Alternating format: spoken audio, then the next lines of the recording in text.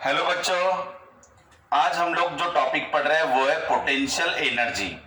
तो बेटा सबसे पहला पॉइंट कि पोटेंशियल एनर्जी कंजर्वेटिव फोर्स के बारे में ही डिफाइन होता है। जैसे काइनेटिक एनर्जी वेलोसिटी से डिफाइन होता है।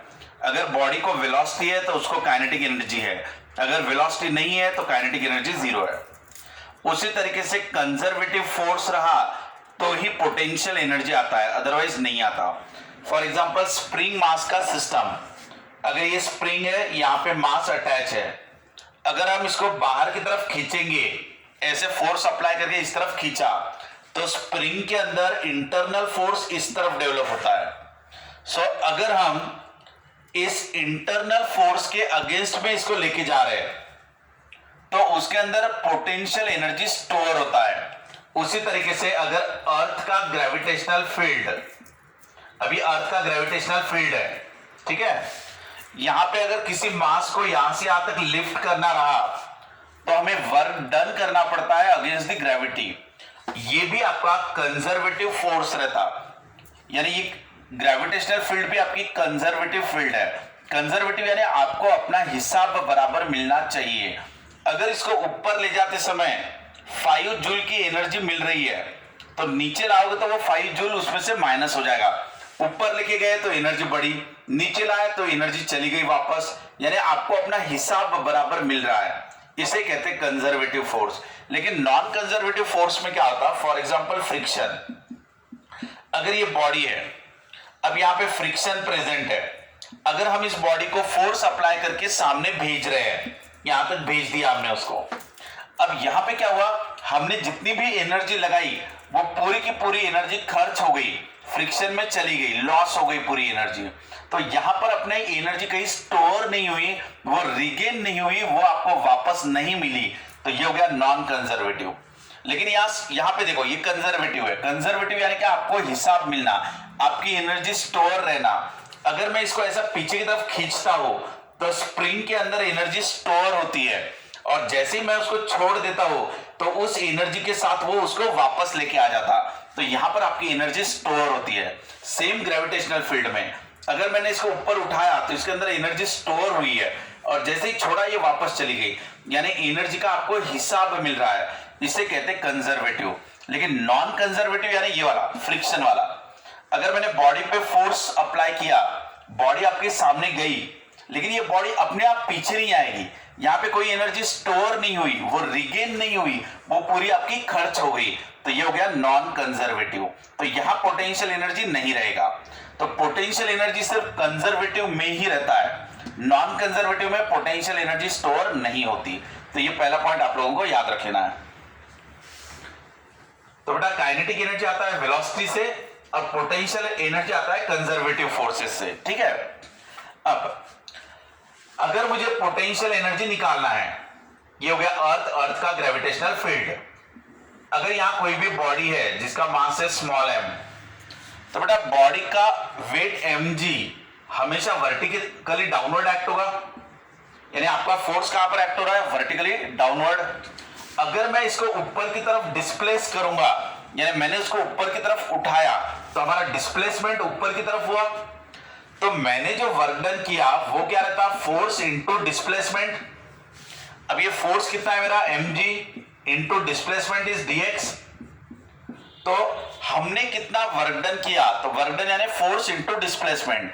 तो ये वाला जो फोर्स रहता है, ये रहता अपोजिंग फोर्स, यानी ग्रेविटेशनल फोर्स, क्योंकि बॉडी को ग्रेविटेशनल फोर्स नीचे खींच रहा है और हम डिस्प्लेसमेंट ऊपर दे रहे हैं, तो ये वाला रहेगा विद नेगेटिव साइन। यहां माइनस साइन का इस्तेमाल क्यों हुआ? क्योंकि ग्रेविटेशनल फोर्स नीचे की तरफ एक्ट होता है और हम उसको उसके अगेंस्ट में लेके जा रहे हैं, तो इसलिए यहां पर माइनस साइन का इस्तेमाल होता। अब बेटा change in potential energy is negative of work done. Change in potential energy is negative of work done. So work done का फॉर्मूला ये था mg। अगर हम इस हाइट को मान लेते h, अगर हमने हाइट को मान लिया h, तो ये हो गया आपका mgh, यानी जो पोटेंशियल एनर्जी आपकी स्टोर हुई या चेंज इन पोटेंशियल एनर्जी जो हुआ, यहां से यहां तक जो चेंज इन पोटेंशियल एनर्जी हुआ वो आ गया आपका mgh। क्लियर बेटा? पोटेंशियल एनर्जी यानी ही work done in conservative forces. Next point,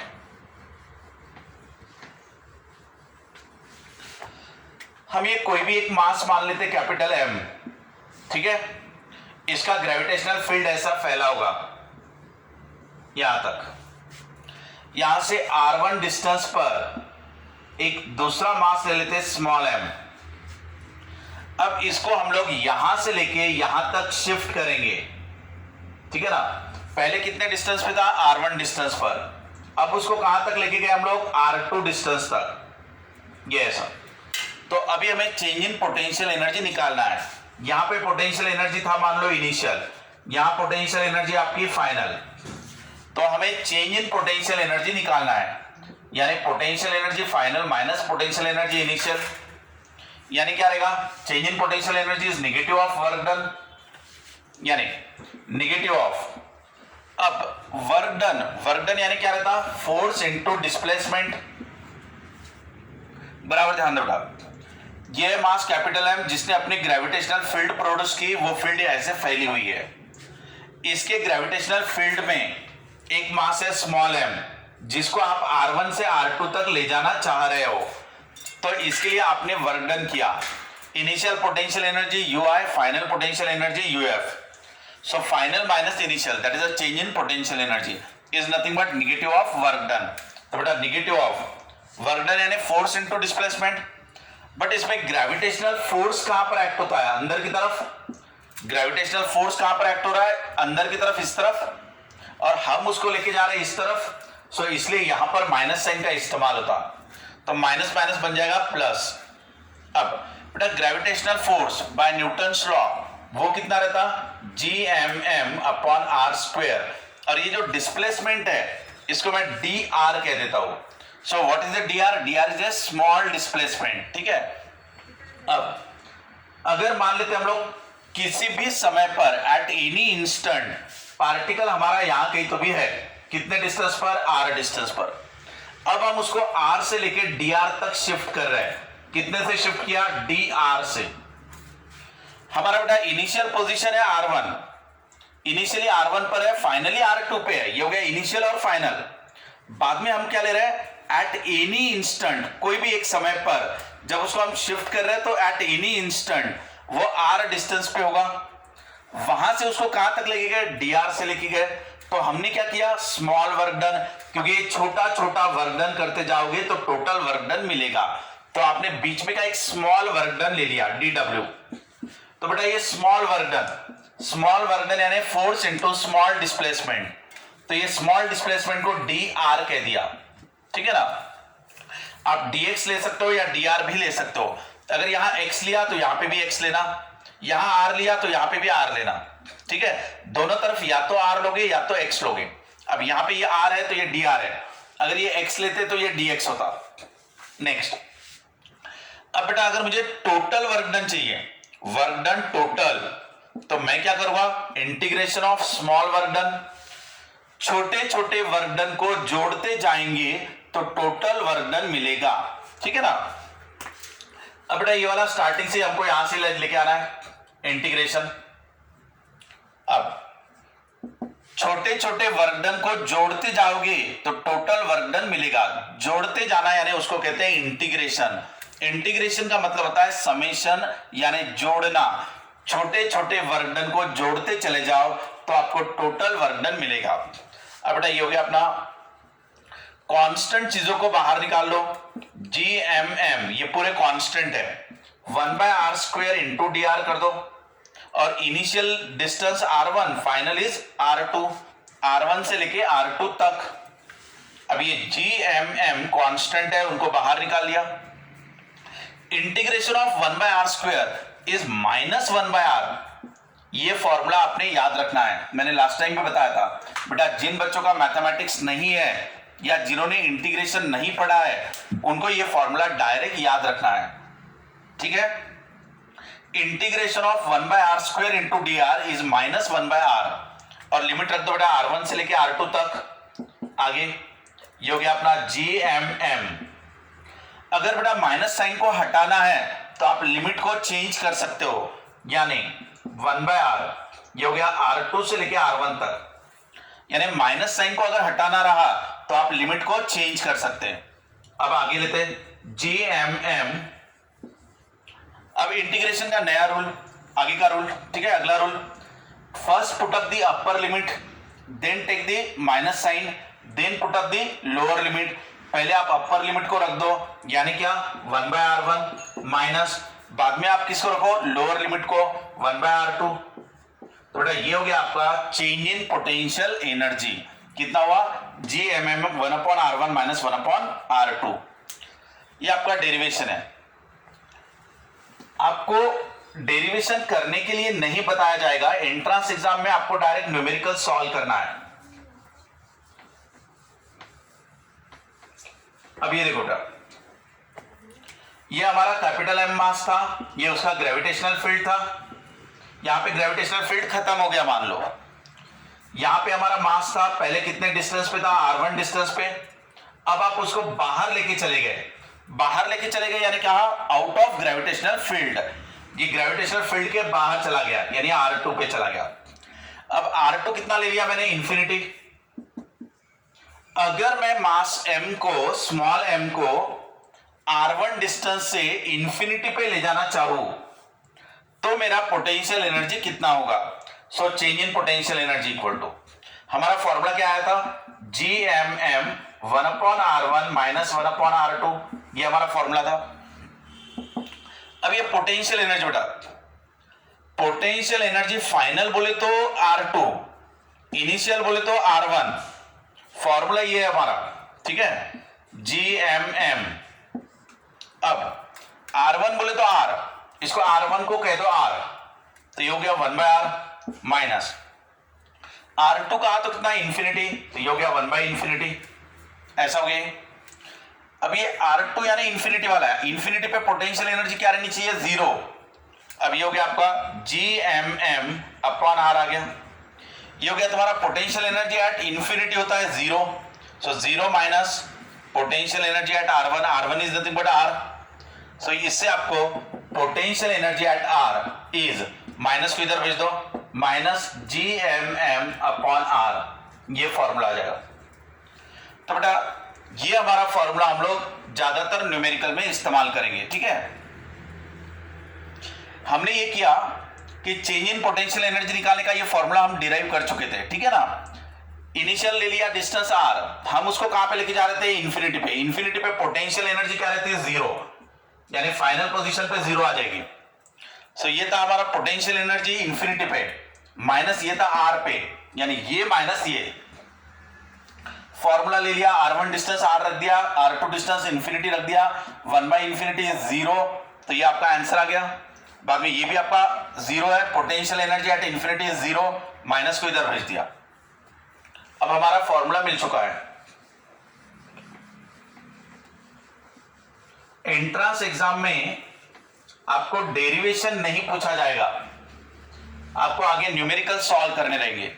तो जैसे हम लोग पहला न्यूमेरिकल लेते हैं, एग्जांपल 1, पहला न्यूमेरिकल ले लेते बेटा। ये एक मास है कैपिटल M, ये एक मास है स्मॉल m, दोनों के बीच में का डिस्टेंस है R, ठीक है ना। इनके बीच में की पोटेंशियल एनर्जी बताओ। सो पोटेंशियल एनर्जी रहेगा माइनस GMM अपॉन R, ये पहला पॉइंट। एग्जांपल नंबर 2,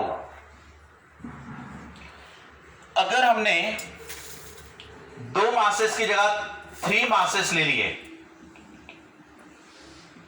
ये बेटा इस तरीके से, अब तीनों भी मासेस को इक्विलैटरल ट्रायंगल के कॉर्नर पे रख दिए, M, इनके बीच में का डिस्टेंस है R। अब find the potential energy of system. तो पोटेंशियल एनर्जी ऑफ सिस्टम कैसे निकालोगे, तो पोटेंशियल एनर्जी 1 2 प्लस 2 3 प्लस 3 1, ये ऐसे आप पोटेंशियल एनर्जी निकाला करोगे। यानी इन 1 2 का लो, 2 3 का लो और 3 4 का लो, या तो 3 1 का लो, जैसे 1 2 2 3 3 1। अब मुझे एक चीज बताओ, तीनों में भी मास इक्वल है, तीनों में भी डिस्टेंस भी सेम है, तो आप सीधा सीधा इसको -3 टाइम्स GMM अपॉन R कर दो। और बेटा मास भी इक्वल है, सो -3 टाइम्स gm² अपॉन r, ये आपका फॉर्मूला रहेगा, ठीक है ना, ये फाइनल आंसर होगा आपका। नेक्स्ट, अब बेटा ऐसे ले लेते हम लोग मासेस, यहां पे एक मास है, यहां पे है, यहां पे है, ये वाला डिस्टेंस लेते हैं 3, ये लेते 4, ये ले लेते 5, ये वाला मास है m1, ये मास है m2, ये मास है m3। अब आप पोटेंशियल एनर्जी ऑफ सिस्टम निकालो। अब कैसे निकालोगे बताओ?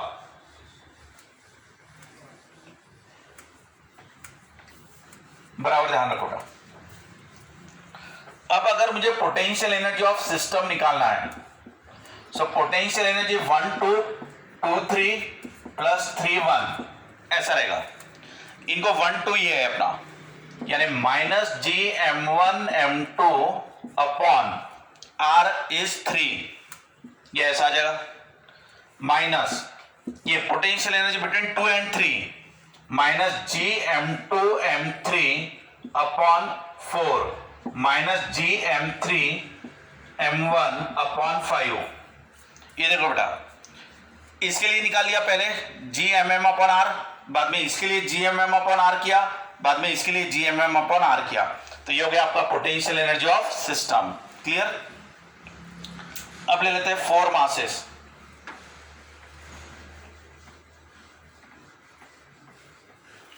Find the potential energy of system if 4 masses are located at the 4 corners of square। ये ऐसा बेटा, अब each mass is m and side is r। अब एक चीज याद रखना बेटा, यहां पे 4 कॉम्बिनेशन नहीं आएंगे, यहां पे 6 कॉम्बिनेशन आएंगे। 6 कॉम्बिनेशन कैसे आएंगे? ये हुआ बेटा 1 2, ये पहला कॉम्बिनेशन, ये सेकंड, ये थर्ड, ये फोर्थ। इसके अलावा ये एक रहेगा और ये एक रहेगा, तो बेटा इसमें 6 कॉम्बिनेशन आएंगे। तो potential energy of system equal to potential energy 1 2 2 3 3 4 4 1 1 3 and 2 4, ऐसा बेटा 6 कॉम्बिनेशन बनेंगे। यानी ये हुआ 1 2 3 4, ये वाला बनेगा 5, ये वाला बनेगा 6, ऐसे 6 कॉम्बिनेशन बनेंगे। ये वाला डिस्टेंस कितना आएगा? ये वाला डिस्टेंस आएगा √2r। ये शॉर्टकट याद रखना, ये अगर r है, ये अगर r है तो ये बनेगा √2r, तो सेम उसी तरीके से ये भी बनेगा आपका √2r, तो सा ये वाला। तो बेटा इसमें ये 4 टर्म्स इक्वल है, ये सभी इक्वल आएंगे क्योंकि मास तो इक्वल है ही और इनमें डिस्टेंस भी इक्वल है, तो ये 4 टर्म्स सेम आएंगे, यानी 4 टाइम्स -gmm अपॉन r, ये ऐसा। इसके अलावा ये दोनों टर्म्स सेम आएंगे बेटा, क्योंकि इनके लिए डिस्टेंस कितना है? √2r, ये भी कितना है? √2r, तो ये हो जाएगा तुम्हारा -2 times gmm upon r, r is √2r, ये ऐसा हो गया बेटा। यानी ये 4 टर्म्स इक्वल है, ये इक्वल है। इसको बाद में आप सिंप्लीफाई कर सकते हो, ये माइनस हो जाएगा, -4gm² upon r minus √2 times gm² upon r। ये √2 कैंसिल किया, क्योंकि हम जो 2 होता है, ये 2 को हम लोग लिख सकते हैं √2 इंटू √2, हमारा जो 2 होता है उसको √2 इंटू √2 लिख सकते हैं, तो आपका √2 कैंसिल हो जाएगा। क्लियर? इसमें से -gm² बाय r बाहर निकाल दो, बचेगा क्या? 4 प्लस √2, ये आपका आंसर रहेगा पोटेंशियल एनर्जी ऑफ सिस्टम। अब नंबर ऑफ कॉम्बिनेशन जो 6 आए थे वो आपने कैसे निकाला? तो नंबर ऑफ कॉम्बिनेशन निकालने के लिए हमारा फॉर्मूला रहेगा n इक्वल टू n(n-1/2), ये फॉर्मूला रहेगा। क्या है फॉर्मूला? n(n-1/2). अब नंबर ऑफ कॉम्बिनेशन जैसे n इक्वल टू, बेटा यहां पे टोटल मास कितने हैं? 4, तो ये कर लो आप 4 4 - 1 अपॉन 2, यानी ये कर दो आप 2 इंटू 3 दैट इज 6। ये क्या दिखाता है आपको? Number of combination.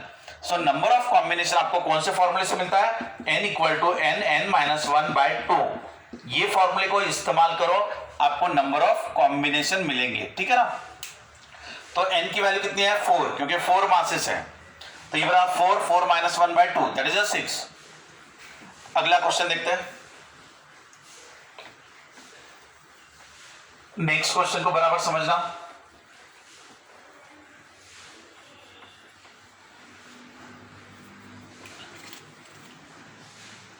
अब बेटा मैंने 6 मासेस ले लिए, ऐसे ले लिया,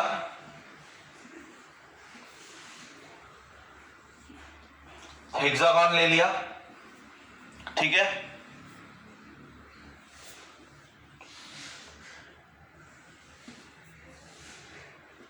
चलो देखते बेटा, ये वाला मास ले लिया, ऐसे कॉर्नर पे 6 मासेस, इनके बीच में का डिस्टेंस ले लेते हैं r, या side of hexagon is r। अब बेटा यहां पे टोटल मास कितने हैं? 6, तो कितने कॉम्बिनेशन आने चाहिए? सो नंबर ऑफ कॉम्बिनेशन निकालने का फॉर्मूला क्या है? हमारा फॉर्मूला n-1/2, ये हमारा फॉर्मूला। अब टोटल नंबर ऑफ मासेस कितने हैं? 6, तो ये 6 -1/2 यानी कितना हो गया बेटा? 3 इंटू 5 दैट इज 15। तो बेटा इसमें तो नंबर ऑफ कॉम्बिनेशन 15 आ रहा है, ज्यादा आ रहा है कॉम्बिनेशन, ठीक है ना। तो चेक करते कैसे। ये तो क्लियर दिख रहा है कि 6 कॉम्बिनेशन यहीं पे है, ये क्लियर है। इसके अलावा बेटा ये एक बनेगा कॉम्बिनेशन, बराबर ध्यान दो बेटा। कितने कॉम्बिनेशन हुए? 1 2 3 अलग से आ गए। इसके अलावा ये और 3 बन गए। सो ये जो डॉटेड लाइन बताया, तो डॉटेड लाइन वाले कॉम्बिनेशन बन रहे 6, तो ये वाले कॉम्बिनेशन हो गए आपके 6। इसके अलावा डॉटेड वाले बन गए 6, इसको मैं कह देता हूं x, ये वाला डिस्टेंस x कह देता हूं, बाद में उसको कैलकुलेट कर सकते हो आप। तो x डिस्टेंस वाले कॉम्बिनेशन हो गए 6, ये हो गए 3, ये हो गए 3। इसके अलावा ये वाला कॉम्बिनेशन, ये वाला, वैसे ये वाला कॉम्बिनेशन और ये वाला कॉम्बिनेशन, बेटा ये y डिस्टेंस वाले कॉम्बिनेशन मान लेते हम लोग। तो इससे कितने कॉम्बिनेशन आ रहे हैं? 3। अब आप टोटल चेक कर लो, ये वाला कॉम्बिनेशन आ रहा है 6, ठीक है।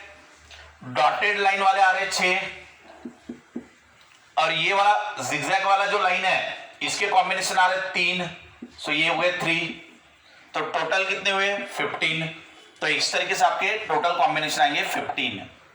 अब पोटेंशियल एनर्जी ऑफ सिस्टम निकालना है, तो हमें 6 तो इक्वल आएंगे, यानी -GMM/r, इसके 6 कॉम्बिनेशन आएंगे, ठीक है बेटा। इसके अलावा x डिस्टेंस वाले 6 कॉम्बिनेशन आएंगे, प्लस 6 कॉम्बिनेशन ऑफ -GMM/x, इसके 6 कॉम्बिनेशन आ गए, प्लस 3 कॉम्बिनेशन आएंगे y डिस्टेंस वाले, प्लस 3 कॉम्बिनेशन -GMM/y। बेटा इस तरीके से आप पोटेंशियल एनर्जी ऑफ सिस्टम निकालोगे। क्लियर? तो आपको लास्ट लेक्चर में हमने पोटेंशियल निकालने की प्रैक्टिस की थी, अभी हमने पोटेंशियल एनर्जी कैसे निकालना वो पढ़ा है। तो बेटा पोटेंशियल और पोटेंशियल एनर्जी दोनों का अगर अच्छे से नॉलेज है तो आप लोग वर्क डन निकाल सकते हो, क्योंकि बाद में आपको न्यूमेरिकल्स की जो प्रैक्टिस करना है वो है वर्क डन निकालना। तो वर्क डन निकालने के 2-3 तरीके हैं, एक तो फोर्स इनटू डिस्प्लेसमेंट करो, एक पहला, या वर्क डन करना रहा तो चेंज इन पोटेंशियल एनर्जी करो, या तो वर्क डन निकालना रहा तो पोटेंशियल डिफरेंस इनटू मास करो। तो एग्जाम में वर्क डन वाले क्वेश्चन आते हैं कि 2 मासेस को एक दूसरे से दूर ले जाने के लिए कितना वर्क डन करना पड़ेगा, कोई मास को गोल घुमाने के लिए कितना वर्क डन करना पड़ेगा, कोई ट्रायंगल के शेप में है उसको अलग शेप में अरेंज करने के लिए क्या वर्क डन लगेगा। तो वर्क डन के अलग अलग क्वेश्चन आते हैं। सो वर्क डन का formula change in potential energy, इससे आसानी से सॉल्व होता। या तो पोटेंशियल डिफरेंस इनटू मास करो, या तो वर्क डन यानी फोर्स इनटू डिस्प्लेसमेंट। सो इनका इस्तेमाल करके अगले क्लास में हम लोग न्यूमेरिकल्स लेंगे। तो हमारा अगला क्लास रहेगा जिसमें हम लोग स्पेशली सिर्फ वर्क डन निकालेंगे। बट वर्क डन निकालने के लिए आपको पोटेंशियल के फॉर्मूले और पोटेंशियल एनर्जी के फॉर्मूले दोनों बहुत अच्छे से पता रहना चाहिए, ठीक है बेटा। क्योंकि पोटेंशियल एनर्जी पता रहेगा तभी आप वर्क डन निकाल पाओगे। क्योंकि वर्क डन का फॉर्मूला क्या है, चेंज इन पोटेंशियल एनर्जी, दूसरा क्या है, पोटेंशियल डिफरेंस इनटू मास, यानी ये या तो ये दोनों में से कोई भी एक यूज करो, या तो फोर्स इनटू डिस्प्लेसमेंट। क्लियर बेटा? चलो, thanks to all of you. आज के लिए इतना ही है, बाय बेटा।